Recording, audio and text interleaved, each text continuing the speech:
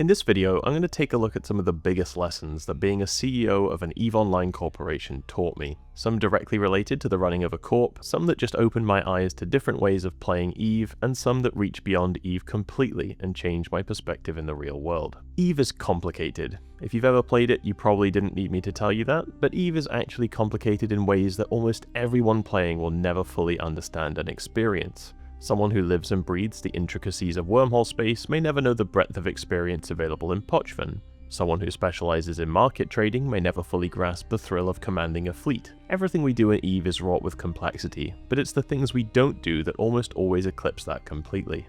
That's why I love the EVE content creator community, because it gives us an invitation to the passenger seat on a ride-along doing things that we might never actually do in-game ourselves. Whether that's just because the right opportunity didn't present itself, the time where that content was even available passed, or merely personal preference. We might not realize it, but we probably all have something we can contribute like that. Today I'm going to try and contribute some of my novel, or at least rare experiences to the canon of EVE Online, namely that of being a CEO of a medium to large corporation, with a good few months in there being the executor of an alliance. Brace yourself for a fair bit of moaning, for sure, but by and large I'm so keen to share many of these experiences, primarily because so few people ever get to experience them. There's also a bit of a cult of secrecy or mythologizing that goes on around corporation leadership. It serves the interests of some corporation or alliance leadership to give melodramatic, or at times even completely synthesized accounts of their experience in order to keep up a certain reputation. I like to think I'm not one of those people, but by all means, you be the judge in the comments section.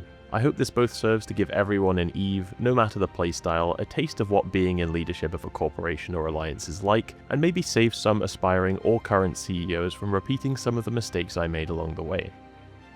Lesson number 1. Prune bad fits early. I figured I'd include this first since it's one of the mistakes I made with the biggest impacts, that looking back makes me facepalm so hard. It makes me want to go back in time and scream in my ear just to rip off the band-aid. Prune bad fits early. Here's the deal. People will apply to join your corporation. They will say all the right things, they will look clean and tidy in a background check, they will be interested in the same content and playstyles as you and the rest of your corp. Then, maybe a week or two later, they'll stir up some drama or come out with something that makes the rest of your corporation or alliance uncomfortable. I'm big on fairness, I'm big on forgiveness and second chances, so my terrible, awful, aggravating trait in the face of those situations is to say, they're just having a bad day. I wish past Bill could watch this video, but for everyone else in the present, drop that person early. Drop them politely and amicably, but do not just let it slide. I'm obviously not talking about small conflicts or arguments.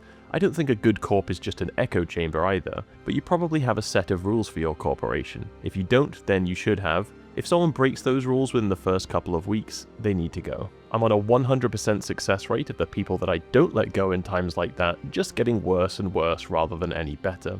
It doesn't mean you have to be rude or cruel, it's nice and simple. You just say to that person, hey, sorry, I don't think things are working out here and it would be better for both of us if you were to look for different opportunities, take a few days to move your stuff, let us know if you need any help, and good luck with your future endeavors. Honestly, it reminds me of that scene from Moneyball where Billy Bean teaches Pete how to cut a player, because it rings true in EVE too. People respond well to you being clear about your expectations and giving it to them straight. If you decide to keep giving second, third, fourth chances, you risk the toxicity of this person just rubbing off on the people around them and creating tension between otherwise upstanding members of your community, especially new joiners. New players almost always latch onto someone right after joining a corp, and if a new joiner picks this person, especially if they're new to EVE and not just the corporation, there's a very good chance they'll mirror the behavior and you'll have two people that you need to get rid of instead of one.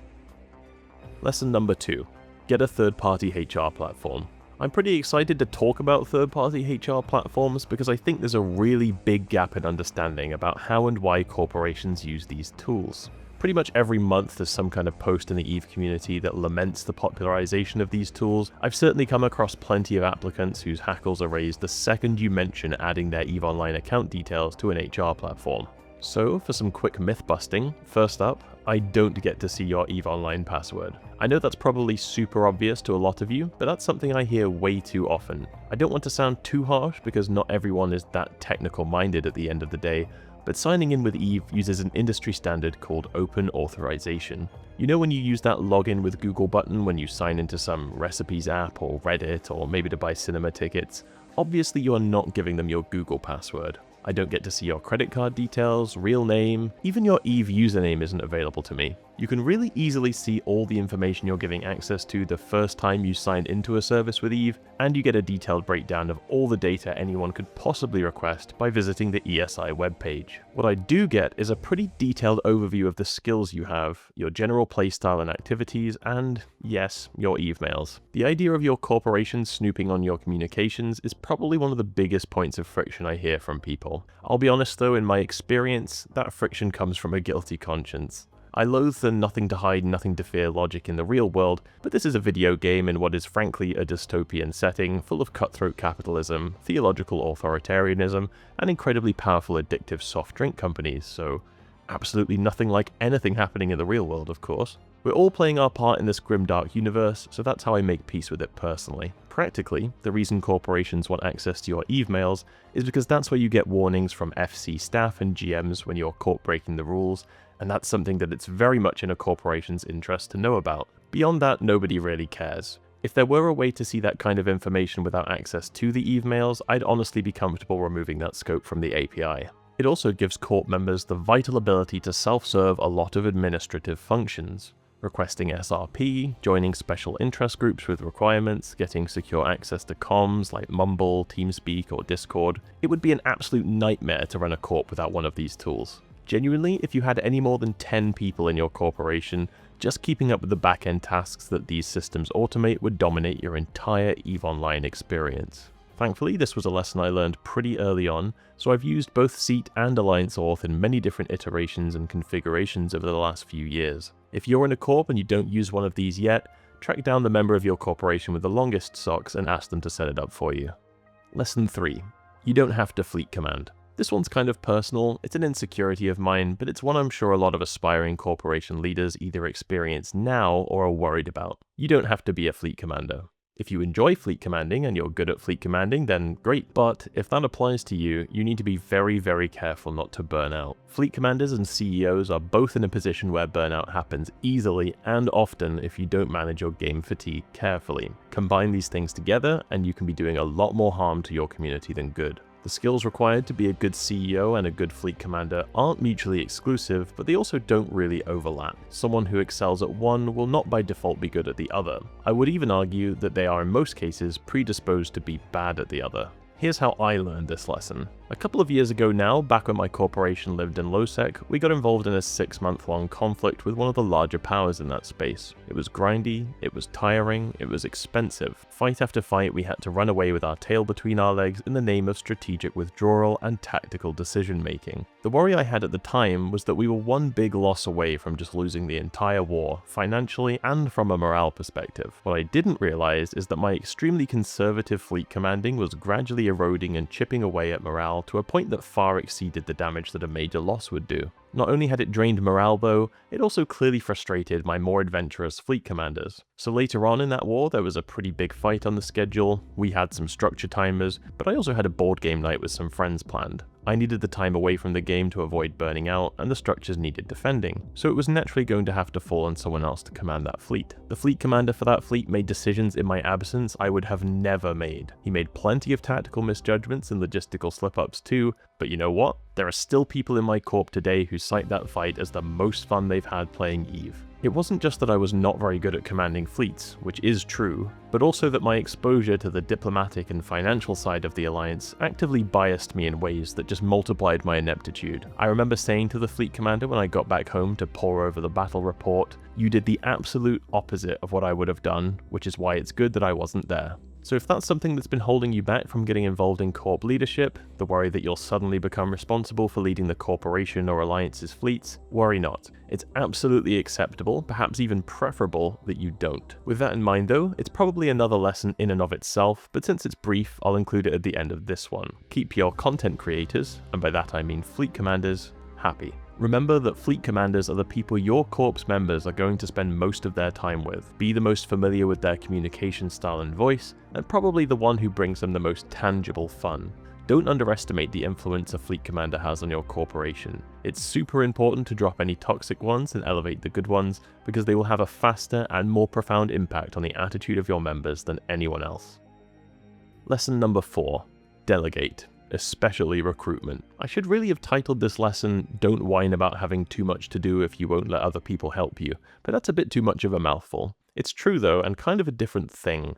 There are things I don't delegate on. There were times I didn't delegate when I probably should have, but if you're going to be that guy, then just don't whine about it. Nothing's more off-putting than someone doing the woe is me, falling on their own sword routine while everyone is clamoring to help them. That being said, this is an important other perspective that plays off that problem, and line members often miss. The game is designed in a way that makes it a real pain in the ass to accept help, and controversially, I think that's a good thing. The entire reason that EVE has its tales of subterfuge and espionage is that almost all roles are given out in tranches. There's some specificity in the permissions system, but overall the more you want help with and the less you want to micromanage, the more trust you have to give the people around you. It doesn't come without consequence either. There have been 2 internal leadership thefts in the history of my corp, but I've said it before and I'll say it again, it's a good thing that it works this way. The reason we feel so especially hurt by the people that abuse our trust in EVE is because of how far we let them into our head. The bonds you make in EVE with your corp and alliance mates are in completely different leagues to most video games, and unfortunately that does mean they hold the power to twist the knife in ways that really hurt. You have to accept that you will need to trust people, and you won't really know if you misplaced that trust until after you've placed it to begin with. As for especially recruitment, there's a few reasons for this. You need infinite patience to be in recruitment for an EVE corp. You will be asked and will be asking the same few questions every single day. You will need to respond to those questions with patience and good faith every time, because you're essentially the only representation of the corporation that an applicant has at first. You can't be surly or blunt, even if you're tired or whatever. Also, you have to be kind of ruthless. Not actually violently ruthless or anything, you just have to have it in you to tell people no a lot. There's an old meme about how intense the process is for joining an EVE Corp, and it's no joke. You have to be comfortable telling someone that you've chatted with for a couple of days potentially that you aren't really interested in having them. Just like my first lesson on letting people go, this is the very first opportunity you get to let people go, and you need someone in this position who's going to take that opportunity. Recruitment doesn't stop at the application process too. Once they're in, you're naturally going to be the person they go to with their questions starting out. You're the one who needs to help get them settled in and check that they're getting on okay, so it requires a certain attention to detail that honestly would be quite difficult to maintain while looking at the bigger picture stuff often required of a CEO. Lesson number 5, you will be poor. This is a surprise to most people, I think, and not so much a lesson for other CEOs, but a bit of a reveal for corp members. Your corp leadership are probably super poor, especially the CEO. Turns out when you spend 90% of your game time doing corp things, you don't get a lot of time to make money. The confusion here often comes from the corp making money, which is a totally different thing. If your CEO or directors use your corporation wallet as a personal wealth, that's honestly a red flag, and you should dip out of there right away. I talked about this a bit in my video on joining a corp I did a while ago, so you might want to check that out if you think that's something happening in your corporation. If you want to buck this trend, your absolute best bet is to find something you can do infrequently, but with high intensity, making all your money in just a few days. Incursions are an obvious candidate, but any high-level PvE that you can squeeze in for a few hours here and there is going to be your lifeline. Lesson number 6. Loud voices aren't majority voices. This actually kind of goes for any community, including a lot of real-life situations you find yourself in, but it's important to remember that just because 1 or 2 people are very vocal about something, doesn't mean they represent the majority of voices in your corp. Especially once you get larger, you will unavoidably always have someone who is unhappy with the decision or direction you're taking. You can't please everyone. It's important not to mistake them for advocating on behalf of the rest of the corp. I will add here, because I'm sure a few people watching are thinking right now, why don't you just take a vote?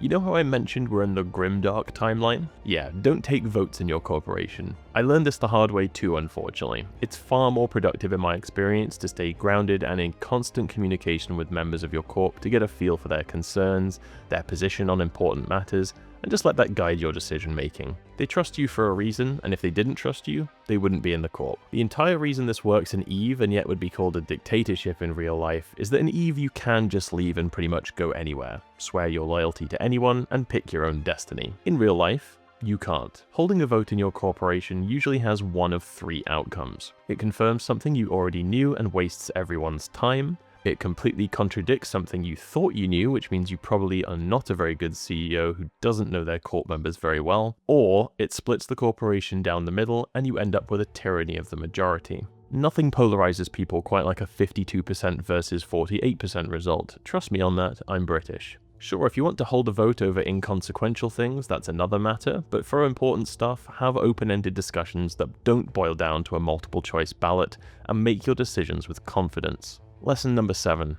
Diplomacy sucks. Really bad. This is one of the tough lessons that I've unfortunately struggled to find an answer for. Maybe a few former or current CEOs watching could comment their solutions to this. Diplomacy is easily one of the most annoying parts of being a CEO or alliance leader. Internal diplomacy you can delegate fairly easily. That pretty much comes down to moderators in the same sense that you'd have moderators in almost any online community. But external diplomacy presents a unique challenge. You have nearly complete independent decision-making power, so you need nearly universal awareness of what's happening to your group diplomatically. The best solution that you see in the ultra-large corps of the game is to have diplomats information share, report back to leadership, relay the responses to those reports, and repeat. But this is not that much better. Sure, someone will give you a summary rather than expecting you to stay 100% up to date with every step of the conversation, but it's still a lot of information to keep in your head. For smaller groups, like my own at the time, it's even more of a pain in the ass. You'll be talking to many groups across many different time zones, often about time-sensitive matters.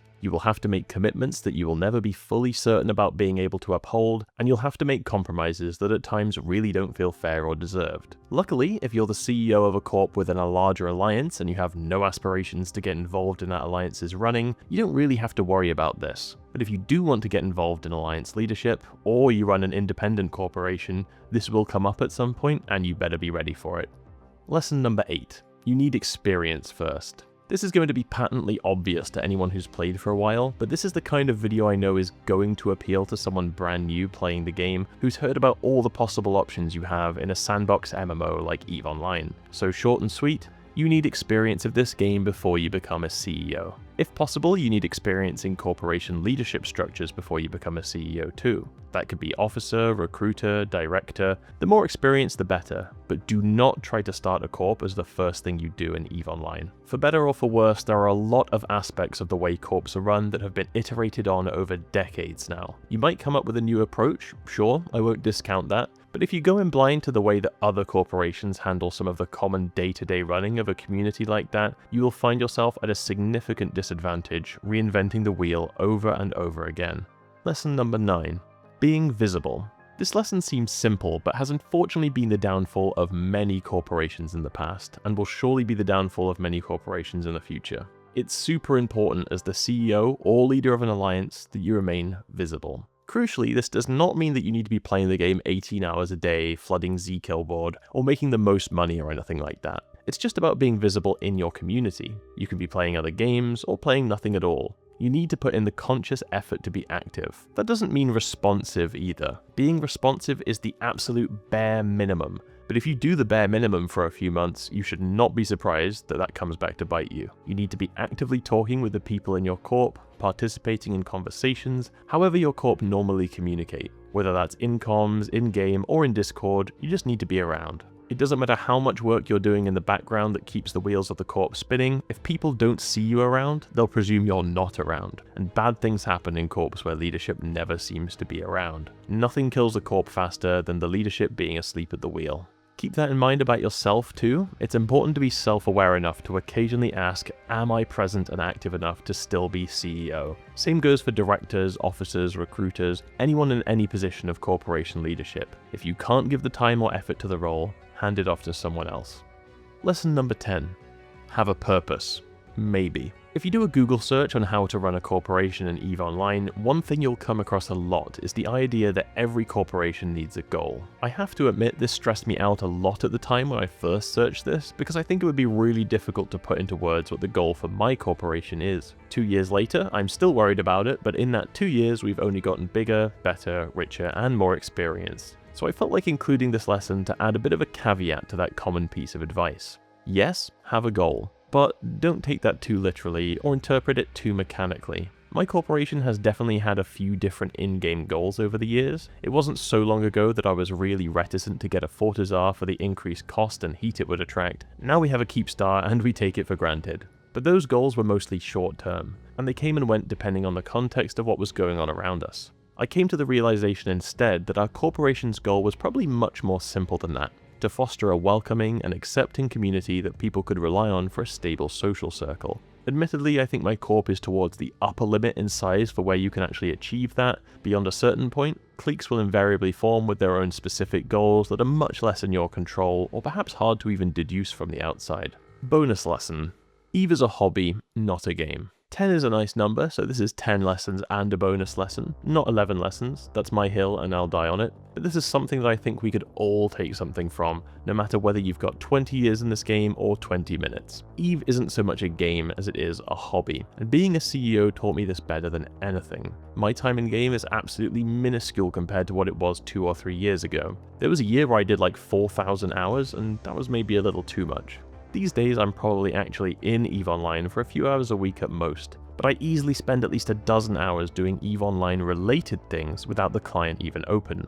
I meet with leadership, I give firesides to the corporation, I make a monthly finance report so that corp members get transparency on the corporation wallet, I read law, I make these videos, I follow the subreddit and the forums and other content creators. I think EVE can be likened to tabletop wargaming, for anyone else unfortunate enough to be afflicted with the addiction to plastic crack. I'm making a bolt action army right now and I used to play Warhammer 40k, but if you think about how much time you actually spent playing those games, I doubt it would even be 10% of the time that you consider dedicated to those hobbies. You might read the Horus Heresy books, stay up to date with rules and meta changes, build and paint your army, watch other people building and painting their armies. You can really see the similarities to EVE there. So EVE is definitely more of a hobby than it is a video game. That's one of the reasons that despite the occasional controversy it causes, I quite like the way Fenris Creations is building other games in the EVE Online universe. Some would argue that their energy would be better spent focusing on a game they already have, and they might be right, but I like the direction they take, in theory at least. The more ways there are to engage with EVE, with or without the actual game client even involved, the better. I honestly wish they'd put more books out too. There's a few, but nothing compared to the literature available for universes like World of Warcraft, Dungeons & Dragons, or Warhammer 40k. Anyway, I hope this was at least slightly interesting. For anyone else that's involved in Corp or Alliance leadership, I'd love for you to add anything you think I've missed in the comments below. Similarly, if there's a question you want to ask about those roles that I didn't touch on, make sure to comment that too, then either I or someone else who has experience can chime in. If you want to help support the channel, consider buying your next EVE Online pack, subscription, or Plex from marqueedragon.com using the link in the video description. Use coupon code BILL at checkout for 3% off your order. I've also got YouTube membership enabled now. It's 99 cents, and for that you'll get access to my monthly video where I go through some of the interesting comments for each month. More of an unscripted rant if I'm honest, and I'm sure I'll have more casual unscripted content available for members too, as and when the mood arises. I really appreciate everyone that already signed up, as it's all helped me invest in the software and hardware I need to keep making better videos.